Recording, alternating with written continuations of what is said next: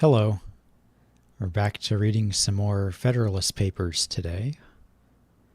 I had to move my stream from yesterday because I had to work. But we're back, and maybe tomorrow's stream will happen. Maybe it won't because stuff might be happening at work. So I don't know. But we're doing this today. This at least is happening. And YouTube's giving me an error, but I think we're good. I think it's just an outdated error. Because I mute my mic before I start the stream. And sometimes that gives me an error from YouTube saying that there's like a low audio bit rate, whatever that means.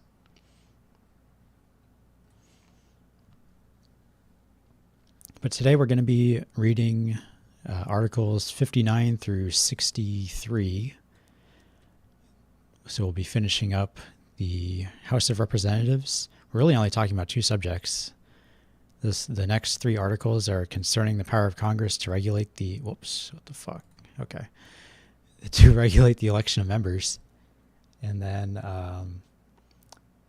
so that's the first three articles. And then the two after that are introducing the Senate.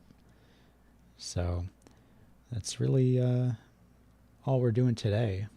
In the next week, we'll finish up the Senate and start getting into the executive, assuming everything at work is normal. If it's not, then we probably won't have a stream next weekend. But we'll see. No promises. So we'll get started. So this is Federalist number 59, concerning the power of Congress to regulate the election of members. This is from the New York Packet, Friday, February 22nd, 1788. And this is by Alexander Hamilton, which I think the last few ones were by James Madison, so we'll see what he has to say. It's probably more of the same. So to the people of the state of New York. The natural order of the subject leads us to consider, in this place, that provision of the Constitution which authorizes the national legislature to regulate, in the last resort, the election of its own members. It is in these words, the times, places, and manner of holding elections for senators and representatives shall be prescribed in such state by the legislature thereof. But the Congress may, at any time, by law, make or alter such regulations, except as to the places of choosing senators. This provision has not only been declaimed against by those who condemn the Constitution in the gross, but it has been censured by those who have objected with less latitude and greater moderation, and, in one instance, it has been thought exceptionable by a gentleman who has declared himself the advocate of every other part of the system. I am greatly mistaken, notwithstanding, if there be any article in the whole plan more completely defensible than this. Its propriety rests upon the evidence of this plain proposition that every government ought to contain in itself the means of its own preservation. Every just reasoner will, at first sight, approve in adherence to this rule in the work of the convention, and will disapprove every deviation from it, which may not appear to have been dictated by the necessity of incorporating into the work some particular ingredient which with a rigid conformity to the rule was incompatible. Even in this case, though he may acquiesce in the necessity, yet he will not cease to regard and to regret a departure from so fundamental a principle as a portion of imperfection in the system which may prove the seed of future weakness and perhaps anarchy. It will not be alleged that an election law could have been framed and inserted in the Constitution which would have been always applicable to every probable change in the situation of the country, and it will therefore not be denied that a discretionary power over elections ought to exist somewhere. It will, I presume, be as readily conceded that there were only three ways in which this power could have been reasonably modified and disposed: that it must either have been lodged wholly in the national legislature or wholly in the state legislatures, or primarily in the latter and ultimately in the former. The last mode has, with reason, been preferred by the convention. They have submitted the regulation of elections for the federal government in the first instance to the local administrations, which, in ordinary cases, and when no improper views prevail, may be both more convenient and more satisfactory, but they have reserved to the national authority a right to interpose whenever extraordinary circumstances might render that interposition necessary to its safety. Nothing can be more evident than that an exclusive power of regulating elections for the national government in the hands of the state legislatures will leave the existence of the Union entirely at their mercy. They could at any moment annihilate it by neglecting to provide for the choice of persons to administer its affairs. It is to little purpose to say that a neglect or omission of this kind would not be likely to take place. The constitutional possibility of the thing without an equivalent for the risk is an unanswerable objection, nor has any satisfactory reason been yet assigned for incurring that risk. The extravagant surmises of a distempered jealousy can never be dignified with that character. If we are in a humor to presume abuses of power, it is as fair to presume them on the part of the state governments as on the part of the general government.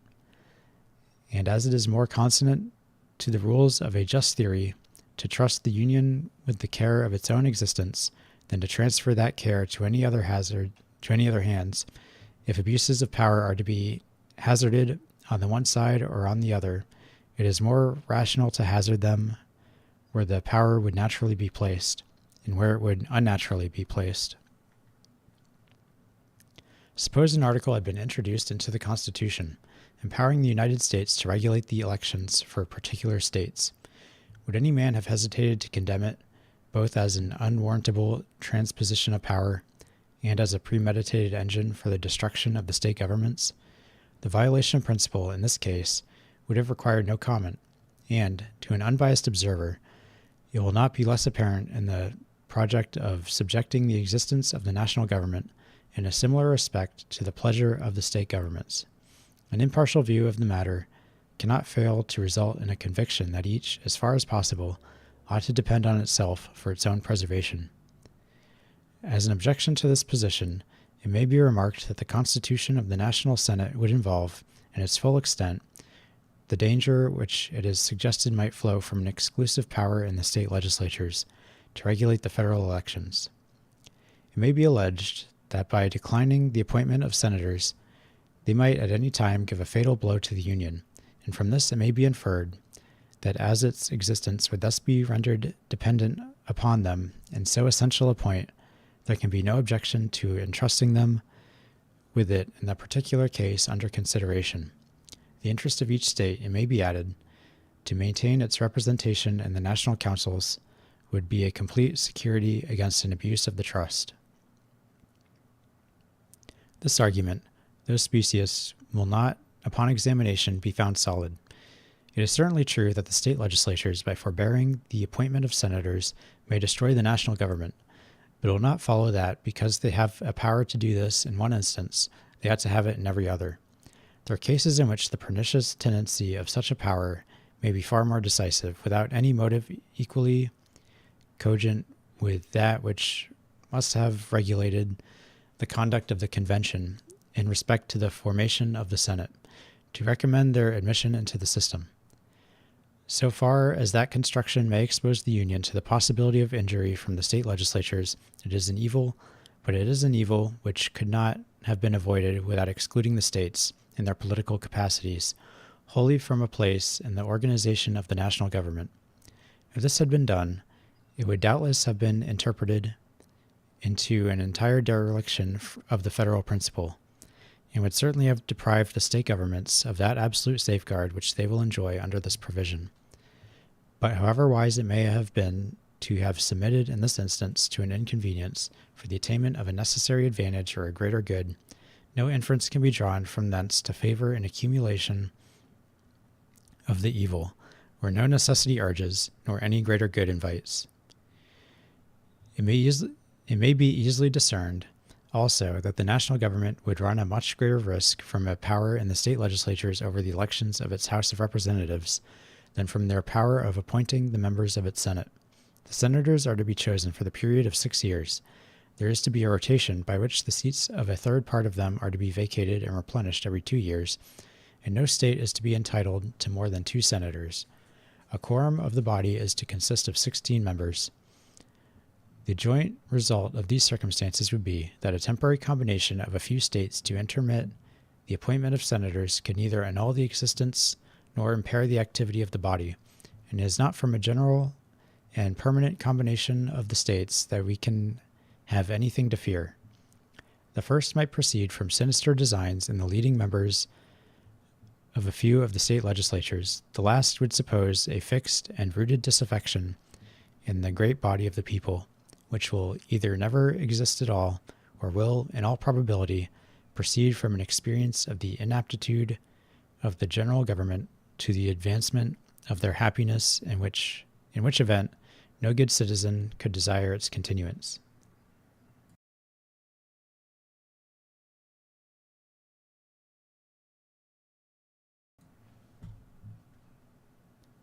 But with regard to the Federal House of Representatives, there is intended to be a general election of members once in 2 years.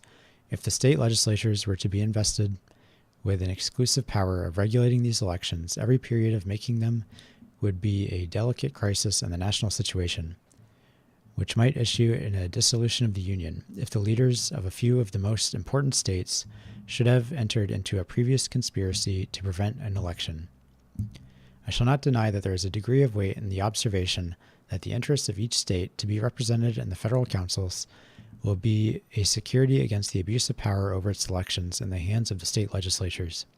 But the security will not be considered as complete by those who attend to the force of an obvious distinction between the interest of the people in the public felicity and the interest of their local rulers and the power and consequence of their offices.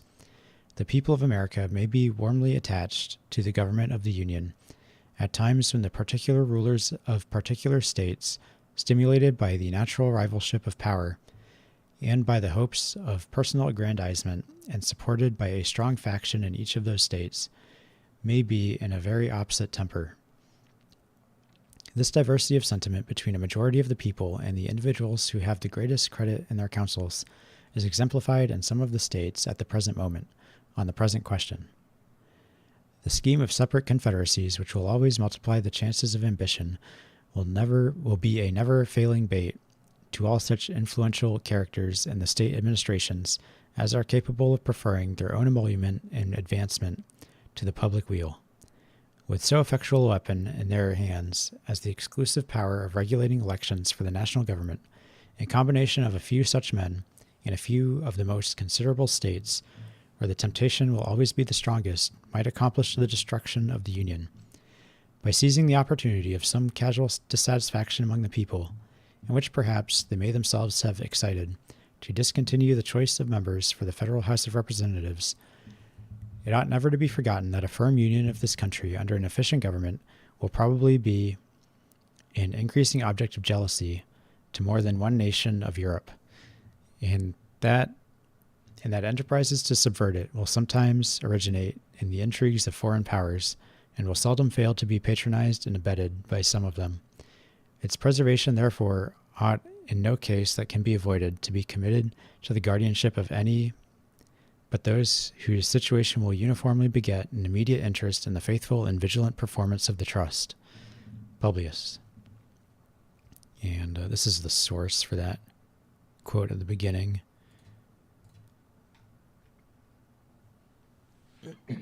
But nothing too exciting in this one. Just kind of talking about the 2-year term and just kind of the source of electoral power, I guess. I don't really have any comments.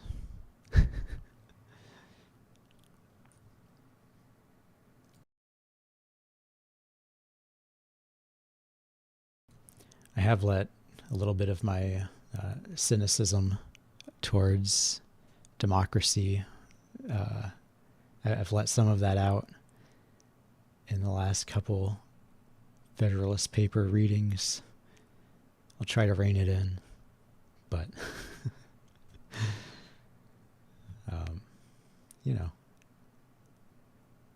if it happens, it happens. But as far as that one goes, I don't really have Any comments? So we'll just continue on.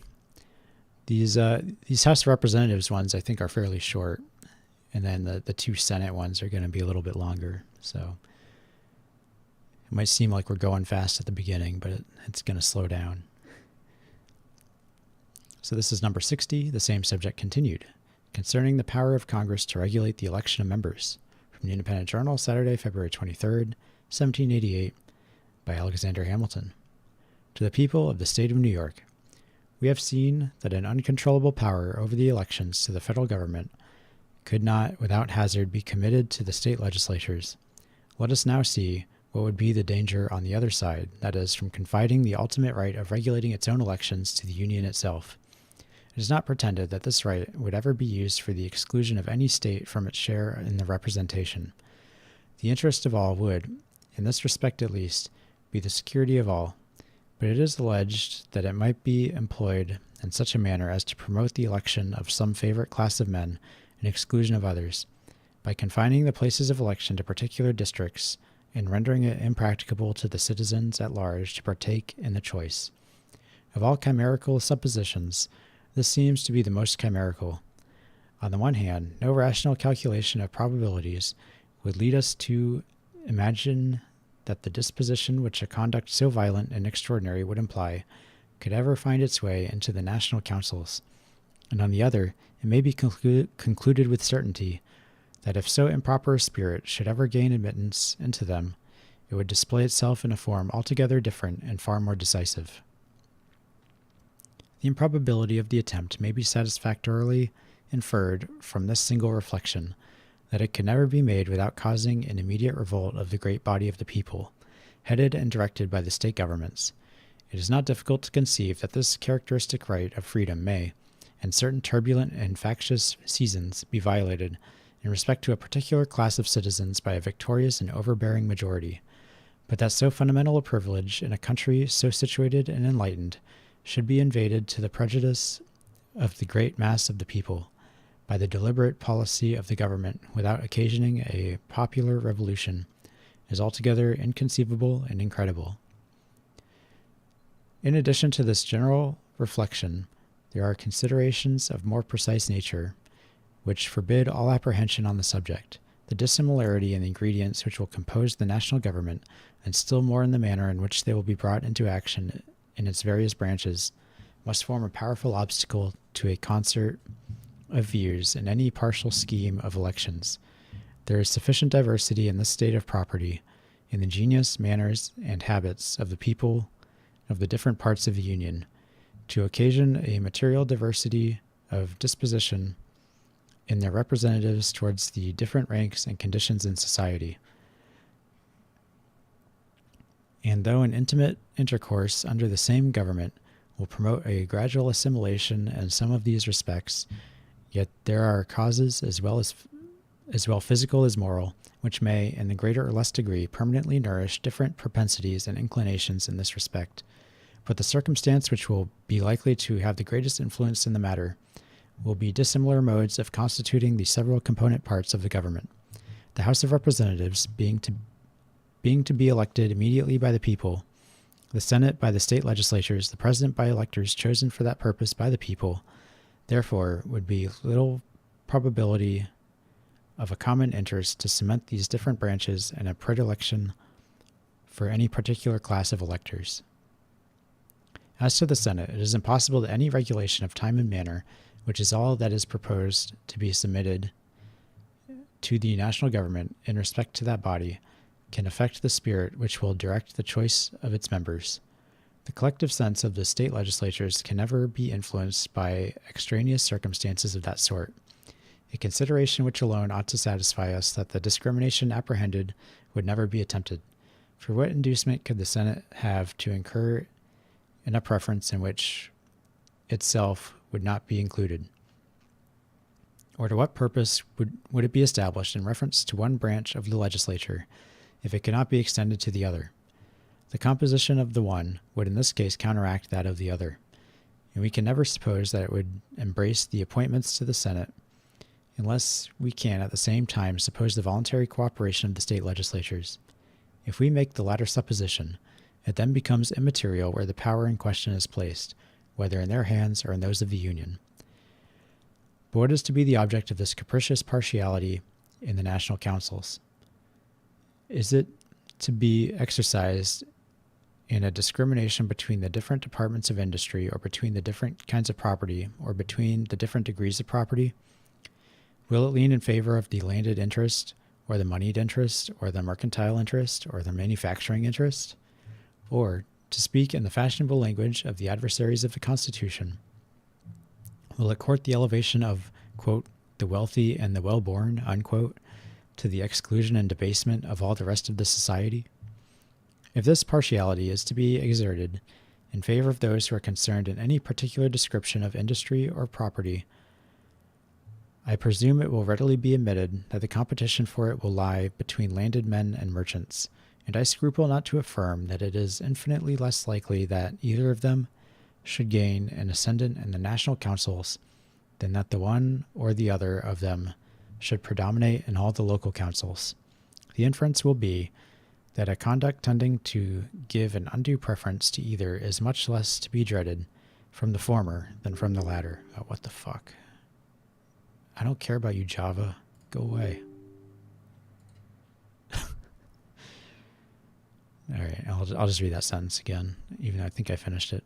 The inference will be that a conduct tending to give an undue preference to either is much less to be dreaded from the former than from the latter. The several states are in various degrees addicted to agriculture and commerce. In most, if not all of them, agriculture is predominant. In a few of them, however, commerce nearly divides its empire, and in most of them has a considerable share of influence. In proportion as either prevails, it will be conveyed into the national representation, and for the very reason that this will be an emanation from a greater variety of interests, and in much more various proportions than are to be found in any single state, it will be much less apt to espouse either of them with a decided partiality than the representation of any single state. In a country consisting chiefly of the cultivators of land, where the rules of an equal representation obtain, the landed interest must, upon the whole, preponderate in the government. As long as this interest prevails in most of the state legislatures, so long it must maintain a correspondent superiority in the National Senate, which will generally be a faithful copy of the majorities of those assemblies. It cannot therefore be presumed that a sacrifice of the landed to the mercantile class will ever be a favorable object of this branch of the federal legislature. In applying thus particularly to the Senate a general observation suggested by the situation of the country, I am governed by the consideration that the credulous votaries of state power cannot, upon their own principles, suspect that the state legislatures would be warped from their duty by any external influence. But in reality, the same situation must have the same effect. In the primitive composition, at least of the federal House of Representatives, an improper bias towards the mercantile class is as little to be expected from this quarter as from the other. In order, perhaps, to give countenance to the objection at any rate, it may be asked, is there not danger of an opposite bias in the national government, which may dispose it to endeavor to secure a monopoly of the federal administration to the landed class? As there is little likelihood that the supposition of such a bias will have any terrors for those who would be immediately injured by it, a labored answer to this question will be dispensed with. It will be sufficient to remark, first, that for the reasons elsewhere assigned, it is less likely that any decided partiality should prevail in the councils of the Union than in those of any of its members. Secondly, that there would be no temptation to violate the Constitution in favor of the landed class, because that class would, in the natural course of things, enjoy as great a preponderancy as itself could desire. And thirdly, that men accustomed to investigate the sources of public prosperity upon a large scale must be too well convinced of the utility of commerce to be inclined to inflict upon it so deep a wound as would result from the entire exclusion of those who would best understand its interest from a share in the management of them. The importance of commerce in the view of revenue alone must effectually guard it against the enmity of a body which would be continually importuned in its favor by the urgent calls of public necessity. I, the rather, consult brevity in discussing the probability of a preference founded upon a discrimination between the different kinds of industry and property, because, as far as I understand the meaning of the objectors, they contemplate a discrimination of another kind. They appear to have in view, as the objects of the preference with which they endeavor to alarm us, those whom they designate by the description of the wealthy and the well-born. These, it seems, are to be exalted to an odious preeminence over the rest of their fellow citizens. At one time, however, their elevation is to be a necessary consequence of the smallness of the representative body.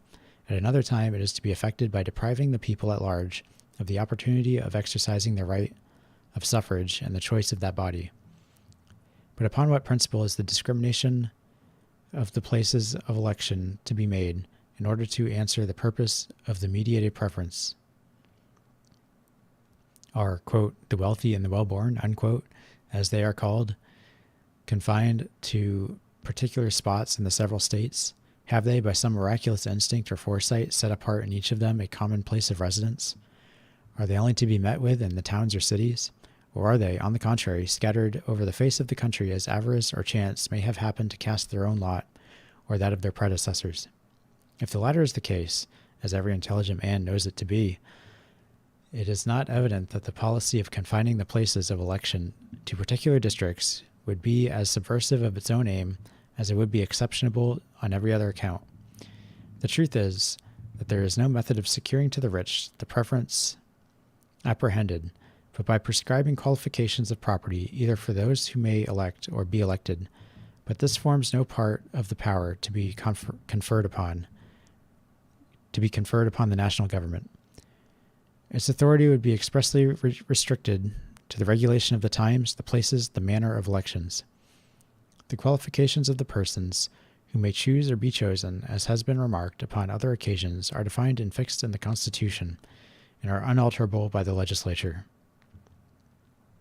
Let it, however, be admitted, for argument's sake, that the expedient suggested might be successful, and let it at the same time be equally taken for granted that all the scruples which a sense of duty or an apprehension of the danger of the experiment might inspire were overcome in the breasts of the national rulers.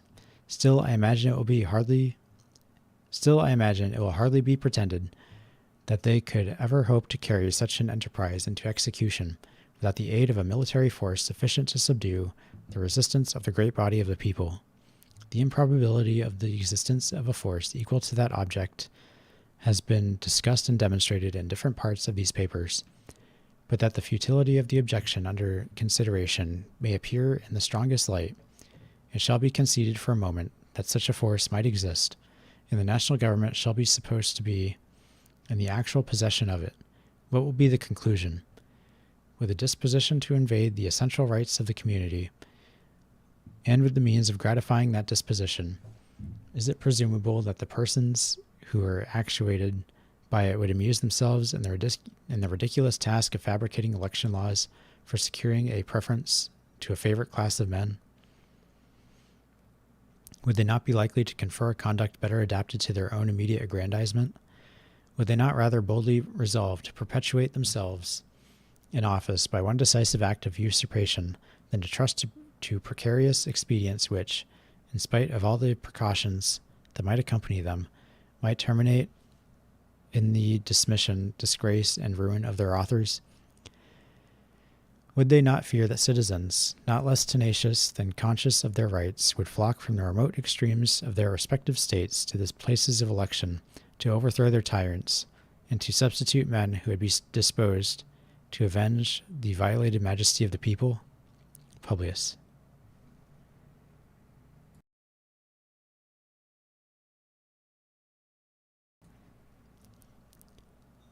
Yeah, I still I have no commentary to give. So we'll just continue. Let's keep going. This is Federalist number 61, the same subject continued, concerning the power of Congress to regulate the election of members, from the New York Packet, Tuesday, February 26, 1788. Alexander Hamilton. To the people of the state of New York, the more candid opposers of the provision respecting elections contained in the plan of the convention, when pressed in argument, will sometimes concede the propriety of that provision, with this qualification, However, that it ought to have been accompanied with a declaration that all elections should be had in the counties where the electors resided. This, say they, was a necessary precaution against an abuse of the power. A declaration of this nature would certainly have been harmless, but so far as it would have had the effect of quieting apprehensions, it might not have been undesirable.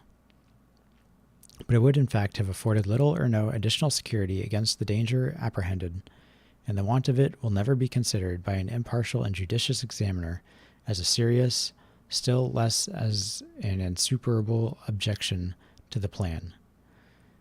The different views taken of the subject in the two preceding papers must be sufficient to satisfy all dispassionate and discerning men that if the public liberty should ever be the victim of the ambition of the national rulers, the power under examination at least will be guiltless of the sacrifice. If those who are inclined to consult their jealousy only would exercise it in a careful inspection of the several state constitutions, they would find little less room for disquietude and alarm from the latitude which most of them allow in respect to elections, and from the latitude which is proposed to be allowed to the national government in the same respect. A review of their situation in this particular would tend greatly to remove any ill impressions which may remain in regard to this matter. But as that view would lead into long and tedious details, I shall content myself with a single example of the state in which I write. The Constitution of New York makes no other provision for locality of elections than that the members of the Assembly shall be elected in the counties, those of the Senate in the great districts into which the state is or may be divided. These at present are 4 in number, and comprehended each from 2 to 6 counties. It may readily be perceived that it would not be more difficult to the legislature of New York to defeat the suffrages of the citizens of New York by confining elections to particular places than for the legislature of the United States to defeat the suffrages of the citizens of the Union by the like expedient. Suppose, for instance, the city of Albany was to be appointed the sole place of election for the county and district of which it is a part.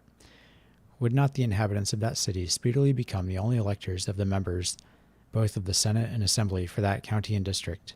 Can we imagine that the electors who reside in the remote subdivisions of the counties of Albany, Saratoga, Cambridge, etc., or in any part of the county of Montgomery, would take the trouble to come to the city of Albany to give their votes for members of the Assembly or Senate sooner than they would repair to the city of New York to participate in the choice of the members of the Federal House of Representatives?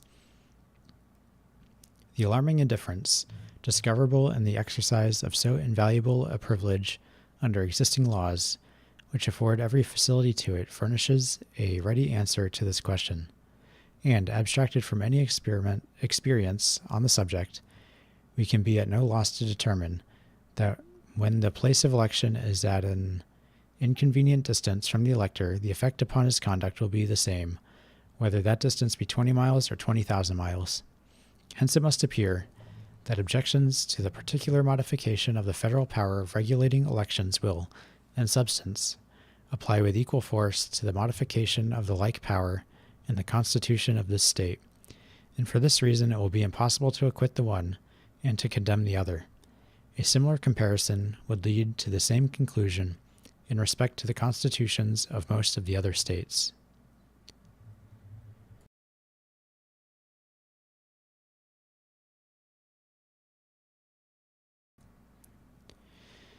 If it should be said that defects in the state constitutions furnish no apology for those which are to be founded in the plan proposed, I answer that as the former have never been thought chargeable with inattention to the security of liberty, where the imputations thrown on the latter can be shown to be applicable to them also, the presumption is that they are rather the cavilling refinements of a predetermined opposition, and the well-founded inferences of a candid research after truth.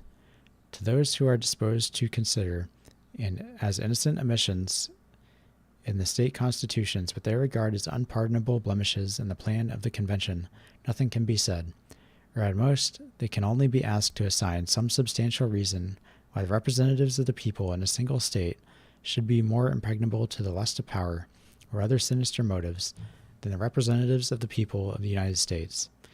If they cannot do this, they ought at least to prove to us that it is easier to subvert the liberties of 3 millions of people with the advantage of local governments to head their opposition than of 200,000 people who are destitute of that advantage. And in relation to the point immediately under consideration, they ought to convince us that it is less probable that a predominant faction in a single state should, in order to maintain its superiority, incline to a preference of a particular class of electors, than that a similar spirit should take possession of the representatives of 13 states spread over a vast region, and in several respects distinguishable from each other by a diversity of local circumstances, prejudices, and interests. Hitherto my observations have only aimed at a vindication of the provision in question, on the ground of theoretic propriety, on that of the danger of placing the power elsewhere, and on that of the safety of placing it in the manner proposed. But there remains to be mentioned a positive advantage which will result from this disposition, and which could not, as well, have been obtained from any other. I allude to the circumstance of uniformity and the time of elections for the Federal House of Representatives. It is more than possible that this uniformity may be found by experience to be of great importance to the public welfare, both as a security against the perpetuation of the same spirit in the body and as a cure for the diseases of faction. If each state may choose its own time of election, it is possible there may be at least as many different periods as there are months in the year. The times of election...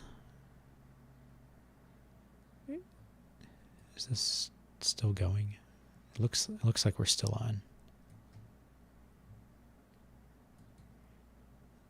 My whole screen just flickered, but I'll continue from here.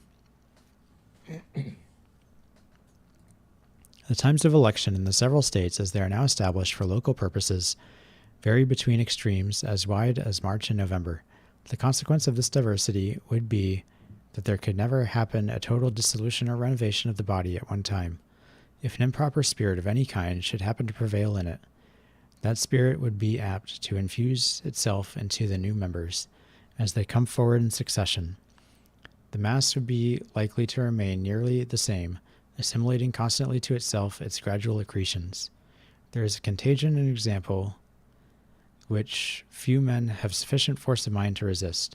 I am inclined to think that treble the duration in office, with the condition of a total dissolution of the body at the same time, might be less formidable to liberty than 1/3 of that duration subject to gradual and successive alterations.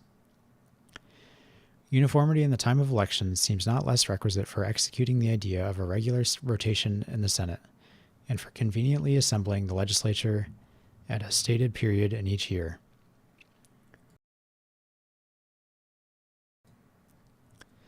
It may be asked why, then, could not a time have been affixed in the Constitution, as the most zealous adversaries of a plan of the convention in this state are, in general, not less zealous admirers of the Constitution of the state. The question may be retorted, and it may be asked, why was not a time for the like purpose fixed in the Constitution of this state? No better answer can be given than that it was a matter which might safely be entrusted to legislative discretion, and that if a time had been appointed, it might, upon experiment, have been found less convenient than some other time. The same answer may be given to the question put on the other side, and it may be added that the supposed danger of a gradual change being merely speculative, it would have been hardly advisable upon that speculation to establish, as a fundamental point, what would deprive several states of the convenience of having the elections for their own governments and for the national government at the same epochs. Publius. All right, so now we're done with the House of Representatives. Those 3 sections were just kind of, there's not a whole lot to say about them, just about electoral power and the process of electing members of the House. So there's nothing to really say there, and now we're at the Senate. So that's nice. These next 2 articles are fairly long. The last 3 were between 3 and 5 pages in my physical copy. And I think this one's 6 and the next one's 7, so each one is longer. Or in some cases twice as long. I'll see if my tea is cool enough to drink yet. Probably not.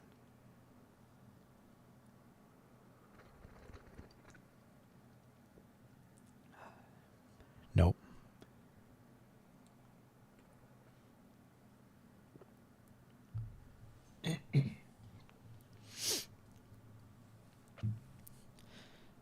All right. So we're back to James Madison. Fuck that Hamilton guy. And see, that one's fairly long. So Federalist number 62, the Senate. For the Independent Journal, Wednesday, February 27th, 1788, James Madison. To the people of the state of New York. Having examined the Constitution of the House of Representatives and answered such of the objections against it as seemed to merit notice, I enter next on the examination of the Senate. The heads into which this member of the government may be considered are 1. The qualification of senators. 2. The appointment of them by the state legislatures. 3. The equality of representation in the Senate. 4. The number of senators and the term for which they are to be elected. 5. The powers vested in the Senate. 1. The qualifications proposed for senators, as distinguished from those of representatives, consist in a more advanced age and a longer period of citizenship. A senator must be 30 years of age at least, as the representative must be 25, and the former must have been a citizen 9 years, as 7 years are required for the latter. The propriety of these distinctions is explained by the nature of the senatorial trust, which, requiring greater extent of information and stability of character, requires at the same time that the senator should have reached a period of life most likely to supply these advantages, in which participating immediately in transactions with foreign nations ought to be exercised by none who are thoroughly weaned from the prepossessions and habits incident to foreign birth and education. The term of 9 years appears to be a prudent mediocrity between a total exclusion of adopted citizens whose merits and talents may claim a share in the public confidence and an indiscriminate and hasty admission of them, which might create a channel for foreign influence on the national councils. 2. It is equally unnecessary to dilate on the appointment of senators by the state legislatures. Among the various modes which might have been devised for constituting this branch of the government, that which has been proposed by the convention is probably the most congenial with the public opinion. It is recommended by the double advantage of favoring a select appointment and of giving to the state government such an agency in the formation of the federal government as must secure the authority of the former and may form a convenient link between the two systems. 3. The equality of representation in the Senate is another point which, being evidently the result of a compromise between the opposite pretensions of the large and the small states, does not call for much discussion. If indeed it be right that among the people thoroughly incorporated into one nation, every district ought to have a proportional share in the government, and that among independent and sovereign states bound together by a simple league, the parties, however unequal in size, ought to have an equal share in the common councils. It does not appear to be without some reason that in a compound republic partaking both of the national and federal character, the government ought to be founded on a mixture of the principles of proportional and equal representation. But it is superfluous to try, by the standard of theory, a part of the Constitution which is allowed on all hands to be the result, not of theory, but, quote, of a spirit of amity and that mutual deference and concession which the peculiarity of our political situation rendered indispensable, unquote. A common government, with powers equal to its objects, is called for by the voice, and still more loudly by the political situation of America. A government founded on principles more consonant to the wishes of the larger states is not likely to be obtained from the smaller states. The only option, then, for the former, lies between the proposed government and a government still more objectionable. Under this alternative, the advice of prudence must be to embrace the lesser evil, and, instead of indulging a fruitless anticipation of the possible mischiefs which may ensue, to contemplate rather the advantageous consequences which may qualify the sacrifice. In this spirit, it may be remarked that the equal vote allowed to each state is at once a constitutional recognition of the of the portion of sovereignty remaining in the individual states and an instrument for preserving that residuary sovereignty, so far the equality ought to be no less acceptable to the large than to the small states, since they are not less solicitous to guard, by every possible expedient, against an improper consolidation of the states into one simple republic. Another advantage accruing from this ingredient in the Constitution of the Senate is the additional impediment it must prove against improper acts of legislation. No law or resolution can now be passed without the concurrence, first, of a majority of the people, and then on a majority of the states. It must be acknowledged that this complicated check on legislation may in some instances be injurious as well as beneficial, and that the peculiar defense which it involves in favor of the smaller states would be more rational, if any interests common to them and distinct from those of the other states would otherwise be exposed to peculiar danger. But as the larger states will always be able, by their own power over the supplies, to defeat unreasonable exertions of this prerogative of the lesser states, and as the faculty and excessive lawmaking seem to be the diseases to which our governments are most liable, it is not impossible that this part of the Constitution may be more convenient in practice than it appears to many in contemplation. 4. The number of senators and the duration of their appointment come next to be considered. In order to form an accurate judgment on both of these points, it will be proper to inquire into the purposes which are to be answered by a Senate, and in order to ascertain these, it will be necessary to review the inconveniences which a republic must suffer from the want of such an institution. First, it is a misfortune incident to republican government, though in a less degree than to other governments, that those who administer it may forget their obligations to their constituents, and prove unfaithful to their important trust. In this point of view, a Senate, as a second branch of the legislative assembly, distinct from and dividing the power with a first, must be in all cases a salutary check on the government. It doubles the security to the people by requiring the concurrence of two distinct bodies in schemes of usurpation or perfidy, where the ambition or corruption of one would otherwise be sufficient.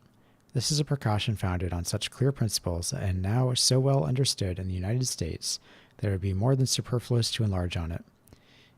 I will barely remark that as the improbability of sinister combinations will be in proportion to the dissimilarity in the genius of the two bodies, it must be politic to distinguish them from each other by every circumstance, which will consist with a due harmony in all proper measures, and with the genuine principles of republican government.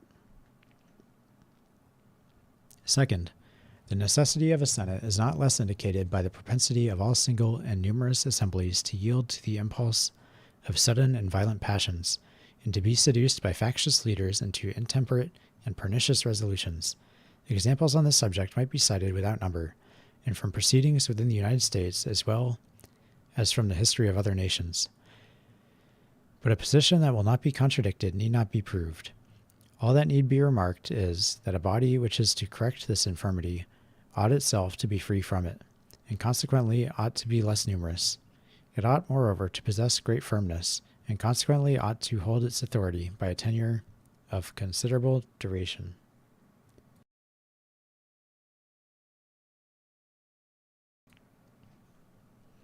Third, another defect to be supplied by a Senate lies in the want of due acquaintance with the objects and principles of legislation.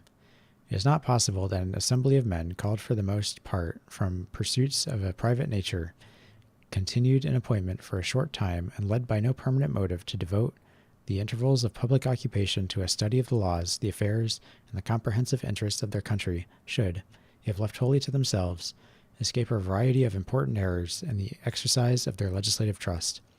It may be affirmed on the best grounds that no small share of the present embarrassments of America is to be charged on the blunders of our governments, and that these have proceeded from the heads rather than the hearts of most of the authors of them. What indeed are all the repealing, explaining, and amending laws which fill and disgrace our voluminous codes, but so many monuments of deficient wisdom, so many impeachments exhibited by each succeeding against each preceding session, so many admonitions to the people of the value of those aids which may be expected from a well-constituted Senate. A good government implies two things. First, fidelity to the object of government, which is the happiness of the people. Secondly, a knowledge of the means by which that object can be best attained. Some governments are deficient in both these qualities. Most governments are deficient in the first. I scruple not to assert that in American governments too little attention has been paid to the last. The federal Constitution avoids this error. In what merits particular notice, it provides for the last in a mode which increases the security for the first. Fourth, the mutability of the public councils arising from a rapid succession of new members, however qualified they may be, points out in the strongest manner the necessity of some stable institution in the government. Every new election in the states is found to change one half of the representatives. From this change of men must proceed a change of opinions, and from a change of opinions, a change of measures. But a continual change, even of good measures, is inconsistent with every rule of prudence and every prospect of success. The remark is verified in private life and becomes more just, as well as more important in national transactions. To trace the mischievous effects of a mutable government would fill a volume. I will hint a few only, each of which will be perceived to be a source of innumerable others.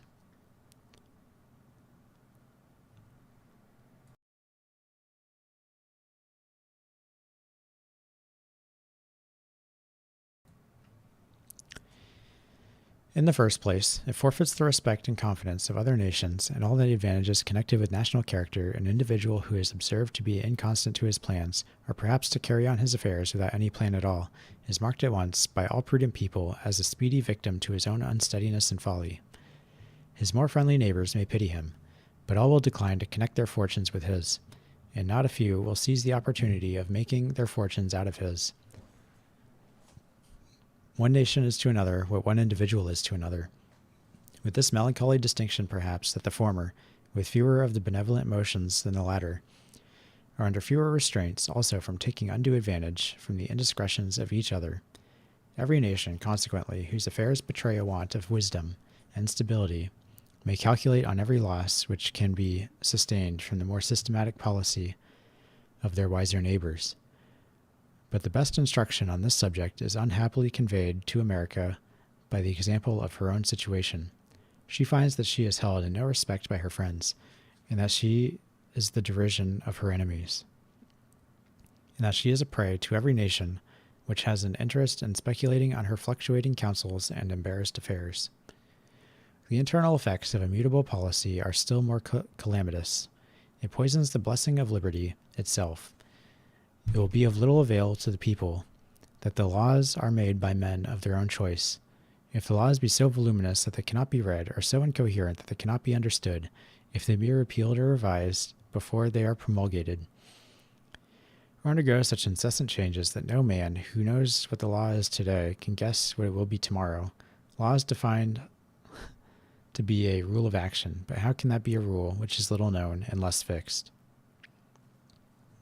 Another effect of public instability is the unreasonable advantage it gives to the sagacious, the enterprising, and the moneyed few over the industrious and uninformed mass of the people.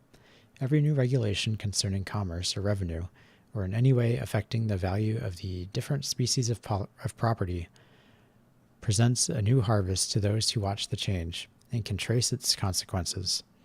A harvest feared not by themselves, but by the toils and cares of the great body of their fellow citizens.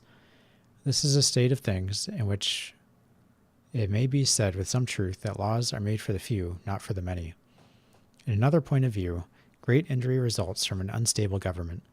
The want of confidence in the public council stamps every useful undertaking, the success and profit of which may depend on a continuance of existing arrangements. What prudent merchant will hazard his fortunes in any new branch of commerce, when he knows not but that his plans may be rendered unlawful before they can be executed? What farmer or manufacturer will lay himself out for the encouragement given to any particular cultivation or establishment, when he can have no assurance that his preparatory labors and advances will not render him a victim to an inconstant government? In a word, no great improvement or laudable enterprise can go forward which requires the auspices of a steady system of national policy. But the most deplorable effect of all is that diminution of attachment and reverence which steals into the hearts of the people toward a political system which betrays so many marks of infirmity and disappoints so many of their flattering hopes. No government, any more than an individual, will long be respected without being truly respectable, nor being truly respectable without possessing a certain portion of order and stability. Publius. So there's some interesting stuff in this one, at least.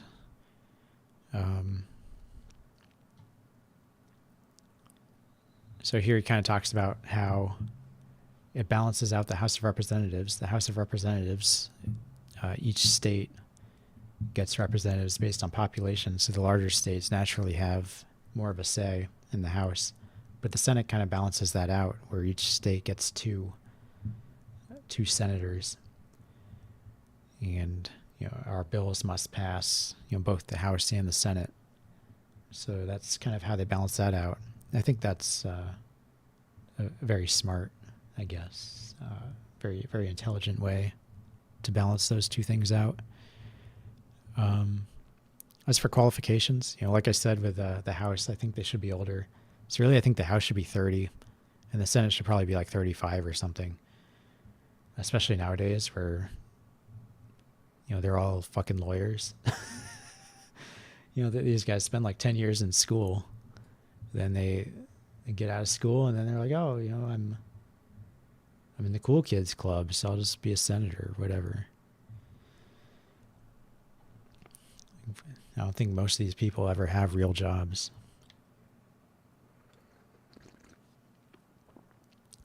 Nowadays anyway. And I don't think any foreign-born person should hold public office at all. Doesn't matter how long they were here.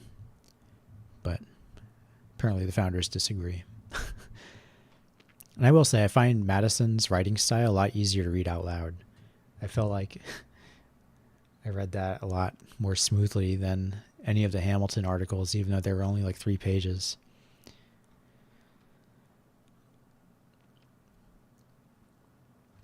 And there was another thing about bills, I think.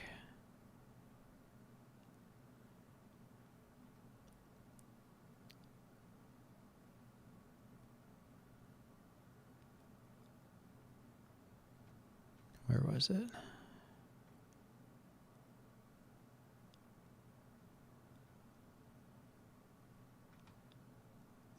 Oh man, I lost it.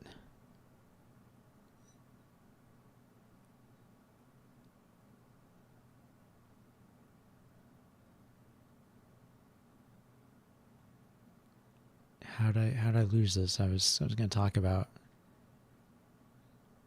like Germanic law versus Roman law and stuff, but I lost the paragraph. Oh, here, I think. Yeah. So we get these bills in Congress nowadays that are like 6,000 pages. And, the bill will be proposed and then voted on like the next day. Obviously, no one's had time to read it.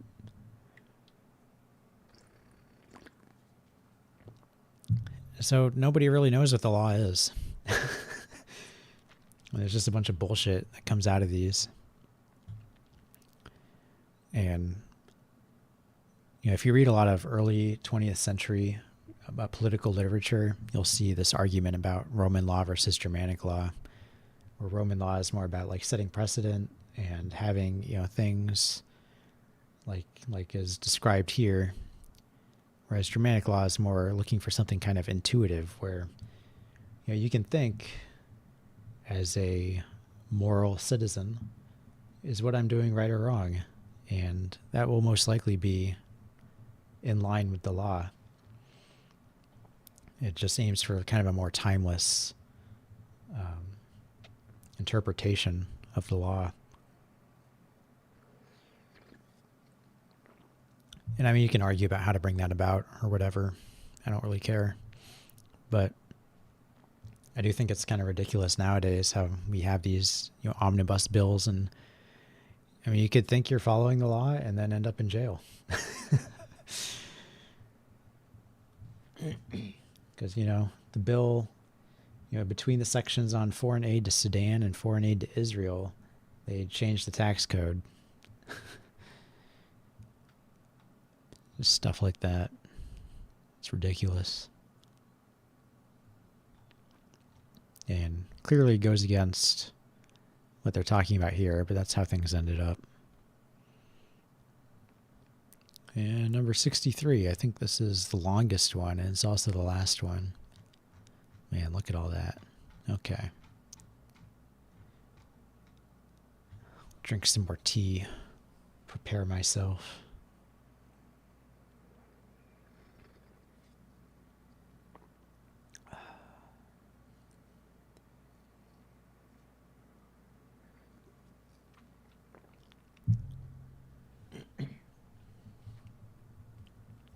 All right, it's March now. We're getting there. Wherever there is, I don't know. Let me look at the last one, see what the date is on that.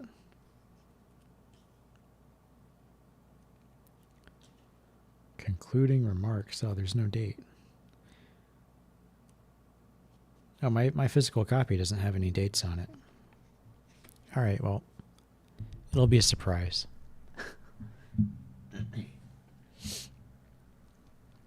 All right, this is number 63. The Senate continued. For the Independent Journal, Saturday, March 1st, 1788. James Madison. To the people of the state of New York. A fifth desideratum, illustrating the utility of a Senate, is the want of a due sense of national character. Without a select and stable member of the government, the esteem of foreign powers will not only be forfeited by an unenlightened and variable policy proceeding from the causes already mentioned, but the national councils will not possess the sensibility to the opinion of the world, which is perhaps not less necessary in order to merit than it is to obtain its respect and confidence.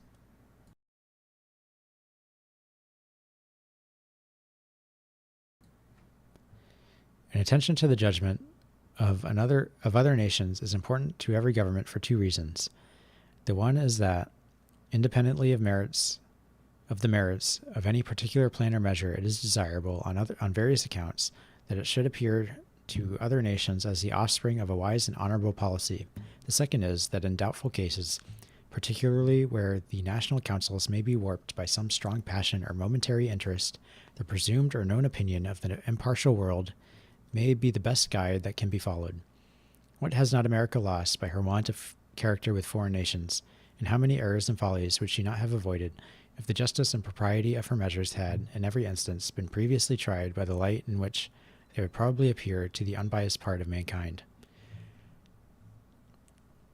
Yet, however requisite a sense of national character may be, it is evident that it can never be sufficiently possessed by a numerous and changeable body. It can only be found in a number so small that a sensible degree of the praise and blame of public measures may be the portion of each individual, or in an assembly so durably invested with the public trust that the pride and consequence of its members may be sensibly incorporated with the reputation and prosperity of the community. The half-yearly representatives of Rhode Island would probably have been little affected in their deliberations on the iniquitous measures of that state by arguments drawn from the light in which such measures would be viewed by foreign nations, or even by the sister states, whilst it can scarcely be doubted that if the concurrence of a select and stable body had been necessary, in regard to national character alone, would have prevented the calamities under which that misguided people is now laboring. I add, as a sixth defect, the want, in some important cases, of a due responsibility in their government to the people, arising from that frequency of elections which in other cases produces this responsibility. This remark will, perhaps, appear not only new, but paradoxical. It must nevertheless be acknowledged, when explained, to be as undeniable as it is important. Responsibility, in order to be reasonable, must be limited to objects within the power of the responsible party, and in order to be effectual, must relate to operations of that power, which a ready and proper judgment can be formed by the constituents. The objects of government may be divided into two general classes, the one depending on measures which have singly an immediate and sensible operation, the other depending on a succession of well-chosen and well-connected measures, which have a gradual and perhaps unobserved operation. The The importance of the latter description to the collective and permanent welfare of every country needs no explanation. And yet, it is evident that an assembly elected for so short a term as to be unable to provide more than one or two links in a chain of measures on which the general welfare may essentially depend, ought not to be answerable for the final result, any more than a steward or tenant engaged for 1 year could be justly made to answer for places or improvements which could not be accomplished in less than half a dozen years. Nor is it possible for the people to estimate the share of influence which their annual assemblies may respectively have on events resulting from the mixed transactions of several years. It is sufficiently difficult to preserve a personal responsibility in the members of a numerous body, for such acts as the body as have an immediate, detached, and palpable operation on its constituents.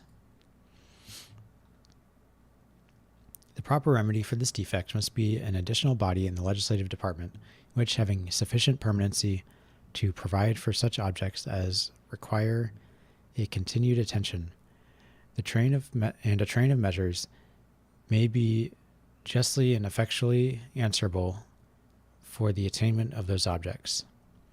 Thus far I have considered the circumstances which point out the necessity of a well-constructed Senate, only as they relate to the representatives of the people. To a people as little blinded by prejudice or corrupted by flattery as those whom I address, I shall not scruple to add that such an institution may be sometimes necessary as a defense to the people against their own temporary errors and delusions, as the cool and deliberate sense of the community ought, in all governments, and actually will, in all free governments, ultimately prevail over the views of its rulers. So there are particular moments in public affairs when the people, stimulated by some irregular passion or some illicit advantage, or misled by the artful misrepresentations of interested men, may call for measures which they themselves will afterwards be the most ready to lament and condemn. In these critical moments, how salutary will be the interference of some temperate and respectable body of citizens, in order to check the misguided career and to suspend the blow meditated by the people against themselves, until reason, justice, and truth can regain their authority over public mind. What bitter anguish would not the people of Athens have often escaped if the government had contained so provident a safeguard against the tyranny of their own passions? Popular liberty might then have escaped the indelible reproach of decreeing to the same citizens the hemlock on one day and statues on the next. It may be suggested that a people spread over an extensive region cannot, like the crowded inhabitants of a small district, be subject to the infection of violent passions or to the danger of combining in pursuit of unjust measures. I am far from denying that this is a distinction of peculiar importance. I have, on the contrary, endeavored in a former paper to show that it is one of the principal recommendations of a confederated republic. At the same time, this advantage ought not to be considered as superseding the use of auxiliary precautions. It may even be remarked that the same extended situation, which will exempt the people of America from some of the dangers incident to lesser republics, will expose them to the inconveniency of remaining for a longer time under the influence of those misrepresentations which the combined industry of interested men may succeed in distributing among them. It adds no small weight to all these considerations to recollect that history informs us of no long-lived republic which had not a senate. Sparta, Rome, and Carthage are, in fact, the only states to whom that character can be applied. In each of the two, first, there was a senate for life. The constitution of the senate in the last is less known. Circumstantial evidence makes it probable that it was not different in this particular from the two others. It is at least certain that it had some quality or other which rendered it an anchor against popular fluctuations, and that a smaller council, drawn out of the Senate, was appointed not only for life, but filled up vacancies itself. These examples, though as unfit for the imitation as they are repugnant to the genius of America, are, notwithstanding,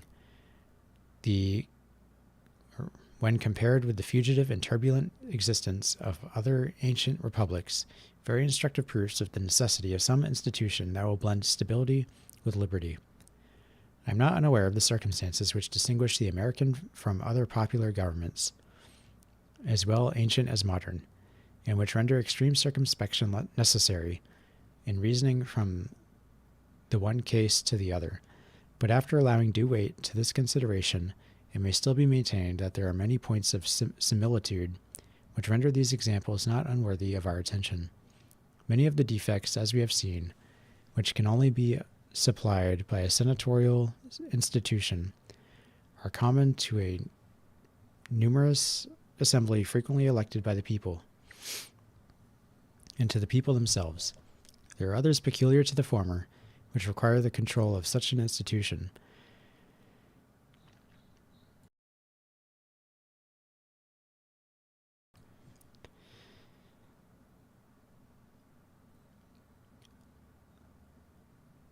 No, I lost my place.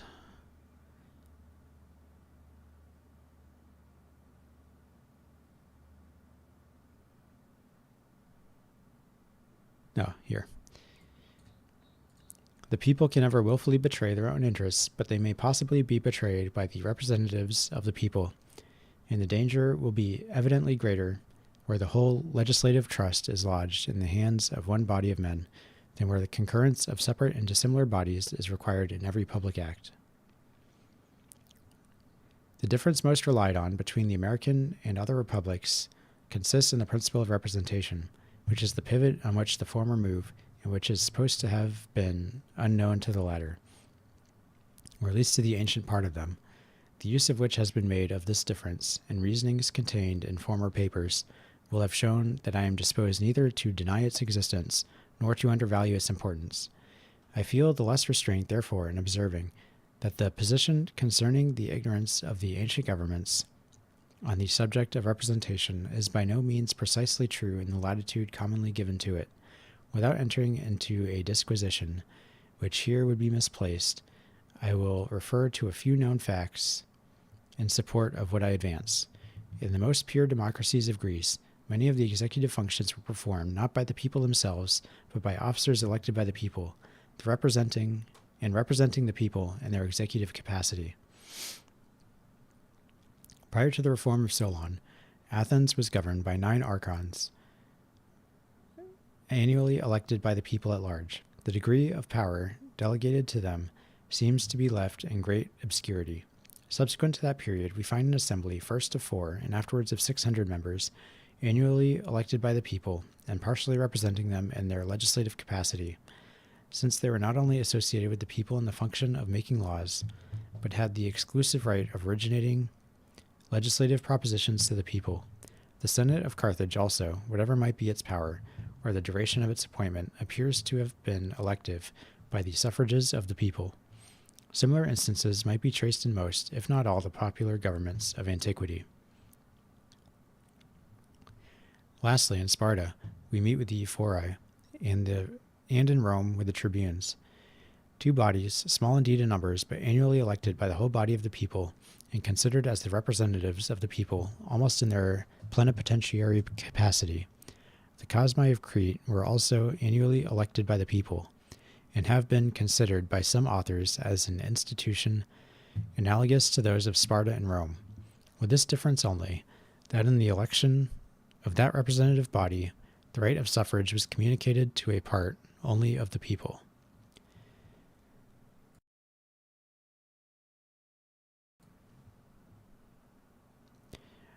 From these facts, to which many others might be added, it is clear that the principle of representation was neither unknown to the ancients nor wholly overlooked in the political constitutions. The true distinction between these and the American governments lies in the total exclusion of the people in their collective capacity from any share in the latter, and not in the total exclusion of representatives of the people from the administration of the former. The distinction, however, thus qualified, must be admitted to leave a most advantageous superiority in favor of the United States, but to ensure to this advantage its full effect, we must be careful not to separate it from the other advantage of an extensive territory, for it cannot be believed that any form of representative government could have succeeded within the narrow limits occupied by the democracies of Greece. In answer to all these arguments, suggested by reason, illustrated by examples, and enforced by our own experience, the jealous adversary of the Constitution will probably content himself with repeating that a Senate appointed not immediately by the people, and for the term of 6 years, must gradually acquire a dangerous preeminence in the government, and finally transform it into a tyrannical aristocracy. To this general answer, the general reply ought to be sufficient, that liberty may be endangered by the abuses of liberty, as well as by the abuses of power, that there are numerous instances of the former, as well as of the latter, and that the former, rather than the latter, are apparently most to be apprehended by the United States. But a more particular reply may be given. Before such a revolution can be effected, the Senate, it is to be observed, must in the first place corrupt itself, must next corrupt the state legislatures, must then corrupt the House of Representatives, and must finally corrupt the people at large. It is evident that the Senate must be first corrupted before it can attempt an establishment of tyranny. Without corrupting the state legislatures, it cannot prosecute the attempt. Without the periodical change of members, would otherwise regenerate the whole body. Without exerting the means of corruption, with equal success on the House of Representatives, the opposition of that co-equal branch of the government would inevitably defeat the attempt. Without corrupting the people themselves, a succession of new representatives would speedily restore all things to their pristine order. Is there any man who can seriously persuade himself that the proposed Senate can, by any possible means within the compass of human address, arrive at the object of a lawless ambition through all these obstructions?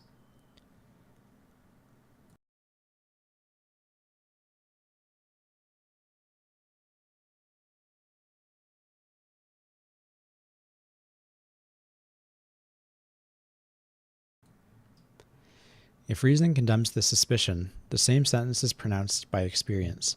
The Constitution of Maryland furnishes the most apposite example.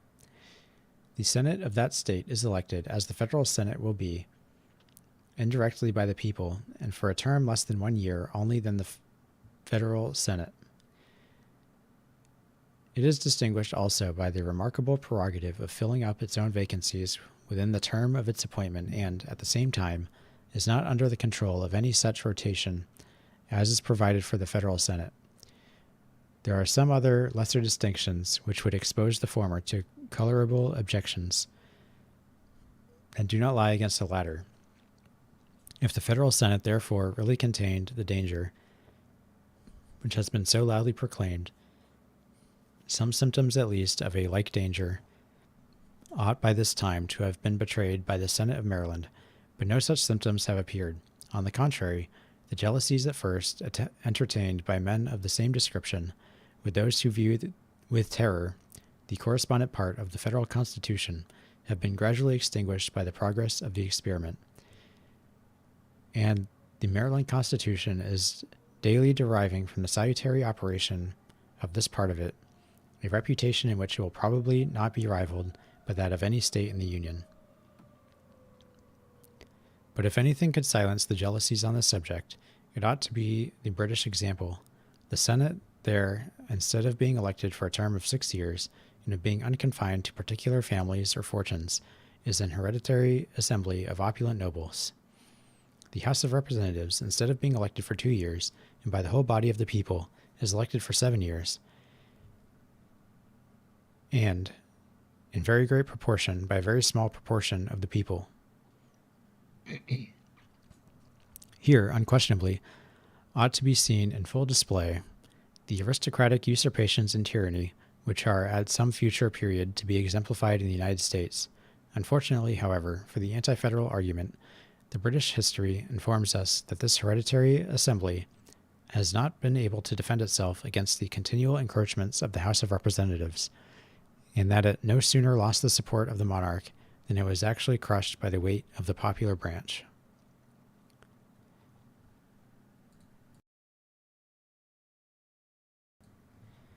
As far as antiquity can instruct us on the subject, its examples support the reasoning which we have employed. In Sparta, the Ephori, the annual representatives of the people, were found an overmatch for the Senate for life, continually gained on its authority, and finally drew all power into their own hands. The tribunes of Rome, who were the representatives of the people, prevailed, it is well known, in almost every contest with the Senate for life, and in the end gain the most complete triumph over it. In fact, the fact is the more remarkable as unanimity was required in every act of the tribunes, even after the number was augmented to 10. It proves the irresistible force possessed by that branch of a free government, which has the people on its side. To these examples might be added that of Carthage, whose Senate, according to the testimony of Polybius, instead of drawing all power into its vortex, had, at the commencement of the Second Punic War, lost almost the whole of its original portion. Besides the conclusive evidence resulting from this assemblage of facts that the federal Senate will never be able to transform itself by gradual usurpations into an independent and aristocratic body, we are warranted in believing that if such a revolution should ever happen from causes which the foresight of man cannot guard against, the House of Representatives, with the people on their side, will at all times be able to bring back the Constitution to its primitive form and principles. Against the force of the immediate representatives of the people, nothing will be able to maintain even the constitutional authority of the Senate.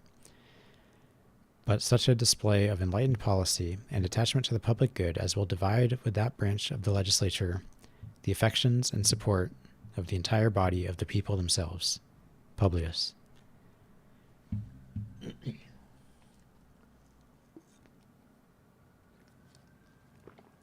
So again, hindsight is kind of 2020 with this. See, at the very beginning of this article, he talks about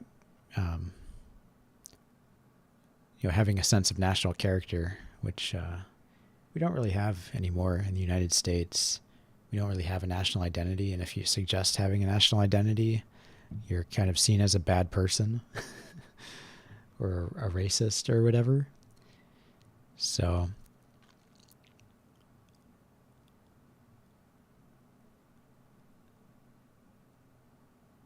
in this sense, he is talking about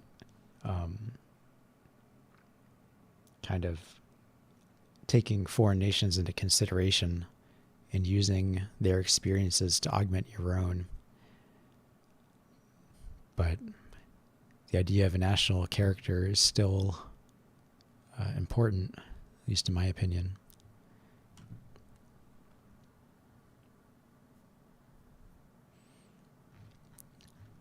And further down, that goes into something he talks about further down. I think it's here in this paragraph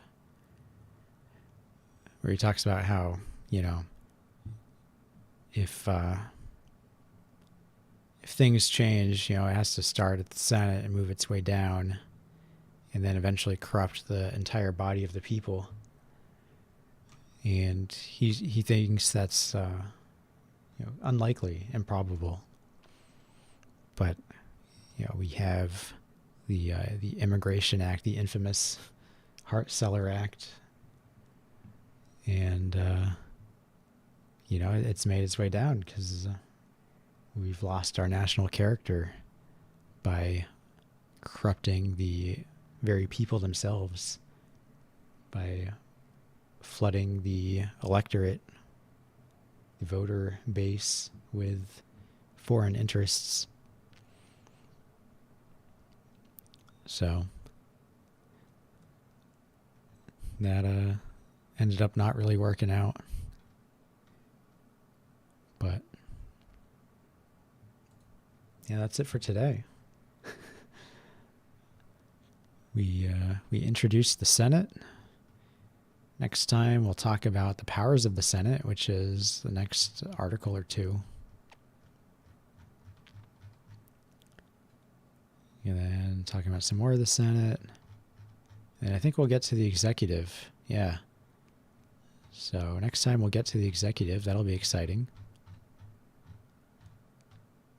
And also after the end of our next reading session, we will have less than 100 pages left. So I think that's it's pretty exciting. That's a good milestone to reach.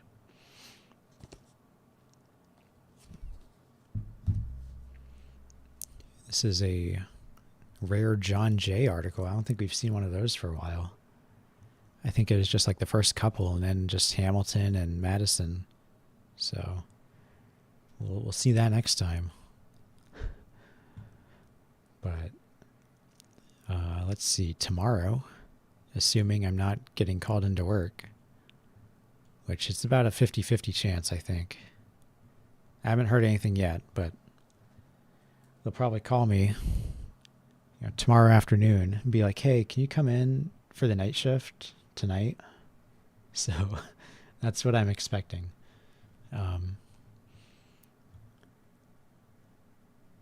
But yeah, assuming that doesn't happen, I will be streaming Momodora, Reverie Under the Moonlight. We'll be finishing that.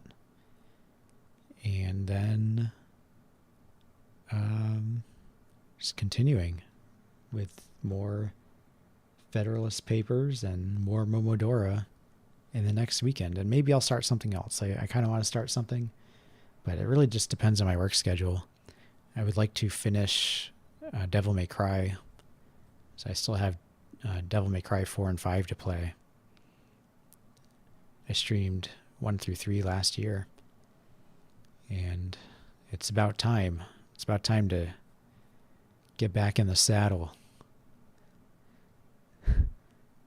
The Devil May Cry saddle. But yeah, thank you for being with me again today. And hopefully I'll see you all tomorrow. Bye.